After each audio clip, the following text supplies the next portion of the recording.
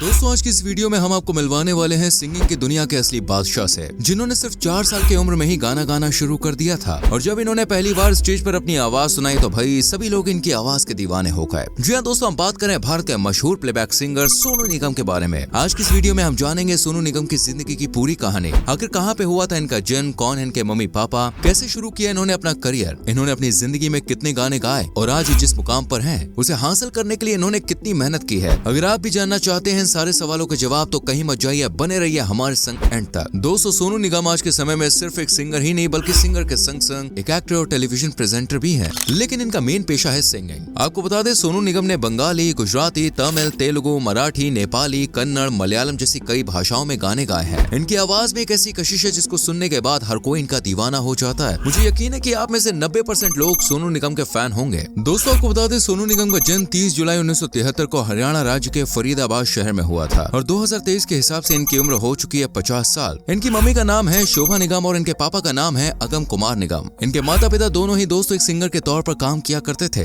इनके पापा का सिंगिंग की दुनिया में वाकई में बड़ा नाम है। ये अपने समय के जाने माने स्टेज सिंगर थे। सोनू निगम का पूरा परिवार भारत और पाकिस्तान के बंटवारे के बाद भारत आया था। अब भले ही इनका जन्म हरियाणा में हुआ था लेकिन दोस्तों इनके जन्म के कुछ समय बाद ही इनके मम्मी पापा अपने पूरे परिवार समेत दिल्ली रहने के लिए आए, जिस वजह से सोनू निगम ने अपनी स्कूली पढ़ाई दिल्ली के जीटी टाइलर नाम के स्कूल से की और अपनी स्कूल की पढ़ाई पूरी करने के बाद इन्होंने अपनी कॉलेज की पढ़ाई दिल्ली की ही यूनिवर्सिटी ऑफ दिल्ली से की। वहीं बात की जाए इनके करियर की तो दोस्तों इन्होंने अपने करियर की शुरुआत मात्र 4 साल की उम्र से ही कर दी थी। दरअसल जैसे कि हम आपको पहले ही बता चुके हैं कि इनके मम्मी पापा एक स्टेज सिंगर थे और वो स्टेज पर गाने गाया करते थे। ऐसी एक बार इनके मम्मी पापा का एक स्टेज सॉन्ग होना था तो वो हर बार की तरह सोनू निगम को अपने साथ ले गए। वैसे तो सोनू निगम जब भी अपने मम्मी पापा को स्टेज पर जाते हुए देखते तो उनका भी गाना गाने का मन करता, पर उन्होंने कभी अपने माता पिता से गाना गाने की जिद नहीं की। लेकिन जब वो इस बार अपने पेरेंट्स के संग गए तो अपने पिता से जिद करने लगे और कहा कि मुझे भी गाना गाना है। ये सुनकर एक बार तो सोनू निगम के पिता ने मना कर दिया, लेकिन जब सोनू ने ज्यादा जिद की तो वहीं पास में खड़े लोगों ने सोनू के पापा से कहा कि कोई दिक्कत नहीं है, बच्चे को 1-2 लाइन गा लेने दो, उसका मन बहल जाएगा। इस बात पर सोनू निगम के फादर ने सोनू निगम को माइक दिया, जिसके बाद सोनू निगम ने मोहम्मद रफी साहब का गाया हुआ गाना क्या हुआ तेरा वादा स्टेज पे गाया। फिर वहाँ पे जो हुआ वो किसी ने सोचा भी नहीं था। अरे नहीं भाई, वहाँ कोई टमाटर या अंडे नहीं पड़े, बल्कि वहाँ तो सोनू निगम के इस गाने की बड़ी तारीफें हुई, क्योंकि सोनू निगम ने अपनी मधुर आवाज से सबका दिल जीत लिया। इस गाने को गाने के बाद सोनू निगम के अंदर छुपा हुआ टैलेंट उनके मम्मी पापा को नजर आया, जिसके चलते सोनू निगम के पिता ने उन्हें लाइट म्यूजिक सिखाया। हालांकि शुरुआत में तो सोनू निगम सिंगिंग में इतने कलाकार नहीं थे, लेकिन जब उनके पापा ने उन्हें थोड़ा बहुत सिखाया तो सोनू बहुत ही जल्दी गाना गाना सीख गए और अपने पापा से गाना सीखने के बाद सोनू निगम ने बहुत से छोटे मोटे स्टेज परफॉर्मेंसेस देने शुरू किए। इसी के साथ सोनू निगम ने बतौर चाइल्ड डायरेक्टर बहुत सी फिल्मों में काम भी किया। हालांकि बचपन में उन्हें फिल्मों में काम करना कुछ खास पसंद नहीं था। जब सोनू निगम 10वीं क्लास में थे तो उस समय इन्होंने बहुत से कॉम्पिटिशन्स में पार्टिसिपेट भी किया और सिर्फ पार्टिसिपेट ही नहीं किया बल्कि उस समय दोस्तों एक से एक कॉम्पिटिशन जीते भी। भले इस टाइम तक सोनू निगम ने किसी से सिंगिंग सीखी नहीं थी ज्यादा, लेकिन इस समय में उन्होंने मोहम्मद रफी साहब, लता मंगेशकर जी, किशोर दा, अनूप जलोटा साहब जैसे और भी कई सिंगर्स के गानों को ध्यान से सुन सुनकर अपने आप को एक बेहतरीन सिंगर बनाया। ऐसी गाना गाते गाते जब वो 19 साल के हुए तो इन्हें लगा कि मुझ में कुछ तो बात है और मैं अपने गाने को सिर्फ अपने शहर तक ही सीमित नहीं रखना चाहता, बल्कि मैं तो अपने गानों को पूरी दुनिया में फैलाना चाहता हूँ, जिसके लिए उन्हें आना पड़ता है सपनों की नगरी यानी कि बम्बई में। उन्होंने अपने मम्मी पापा से इस बारे में बात की, जिसके बाद इनके माता पिता इन्हें लेकर मुंबई आ गए। अब मुंबई आने के बाद इन्होंने सबसे पहले मुंबई की सबसे फेमस सिंगिंग क्लास बोले तो भाई गुलाम मुस्तफा खान की सिंगिंग क्लासेस को ज्वाइन किया और वहाँ से इन्होंने गाना गाने की प्रैक्टिस की। बट क्योंकि सोनू निगम इस मुंबई शहर में बिल्कुल नए थे, इसलिए उन्हें यहाँ पे कोई काम नहीं मिल पा रहा था। पर जैसे तैसे करके इन्होंने अपने 2 वक्त के खाने पीने का इंतजाम किया, जिसके लिए इन्होंने मुंबई में स्टेज परफॉर्मेंसेस देनी शुरू की।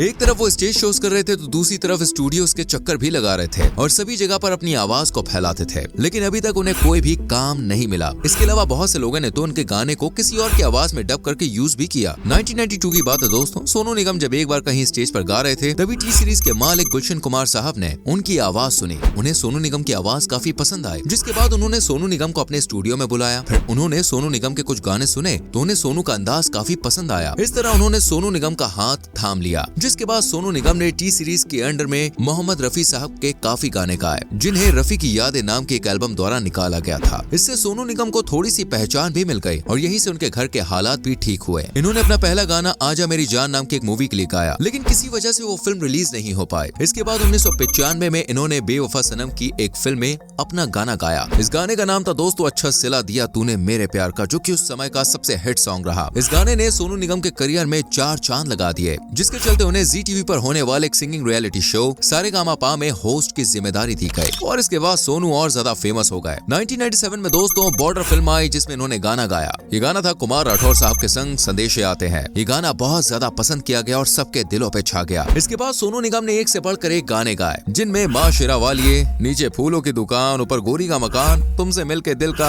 पापा मेरे पापा, हर एक फ्रेंड कमीना होता है, इश्क दी गली विच नो एंट्री, सूरज हुआ मध्यम, हर घड़ी बदल रही है रूप जिंदगी, मतलब ऐसे कई सारे गाने गाए यार। अगर मैं बताने बैठूंगा तो ये वीडियो खत्म नहीं होने वाली है। इसके साथ ही दोस्तों इन्होंने जानी दुश्मन मूवी में एक्टिंग में भी हाथ आजमाया था। इतना ही नहीं, सन 2004 में दोस्तों इन्होंने लव इन नेपाल नाम की एक मूवी में काम किया। फिर जानी दुश्मन में भी इन्होंने अपना अवतार दिखाया, पर इनकी मूवीज फिल्मी जगत में कुछ खास कमाल ना दिखा पाई जितना कि गानों से इनको शोहरत मिली। हालांकि इन्होंने अपनी एक्टिंग से फिल्मों में जान डालने की कोशिश तो की, लेकिन संगीत की दुनिया में जो महारत हासिल थी वो एक्टिंग में ना हो पाई। सोनू निगम ने अब तक दोस्तों बहुत से अवार्ड्स जीते हैं जिनमें Padma Shri, Filmfare award for best male playback singer, IIFA award for best male playback singer, Guild award for best male playback singer, ऐसे कई अवार्ड्स इनके नाम हैं। अब ये तो हो गई इनकी प्रोफेशनल लाइफ। बात करते हैं इनकी पर्सनल लाइफ के बारे में। 2002 में दोस्तों इन्होंने शादी की थी मधुरिमा से, जो कि एक बंगाली परिवार से है। इनका एक लड़का भी है जिसका नाम है नवीन निगम। बात करें दोस्तों इनकी संपत्ति वगैरह के बारे में, पैसों वगैरह के बारे में, तो मुंबई के पॉश एरिया में ये रहते हैं जहाँ पर कई बड़ी बड़ी हस्तियां रहती हैं। इनकी नेटवर्थ की बात करूँ तो वो है करीब $51 मिलियन,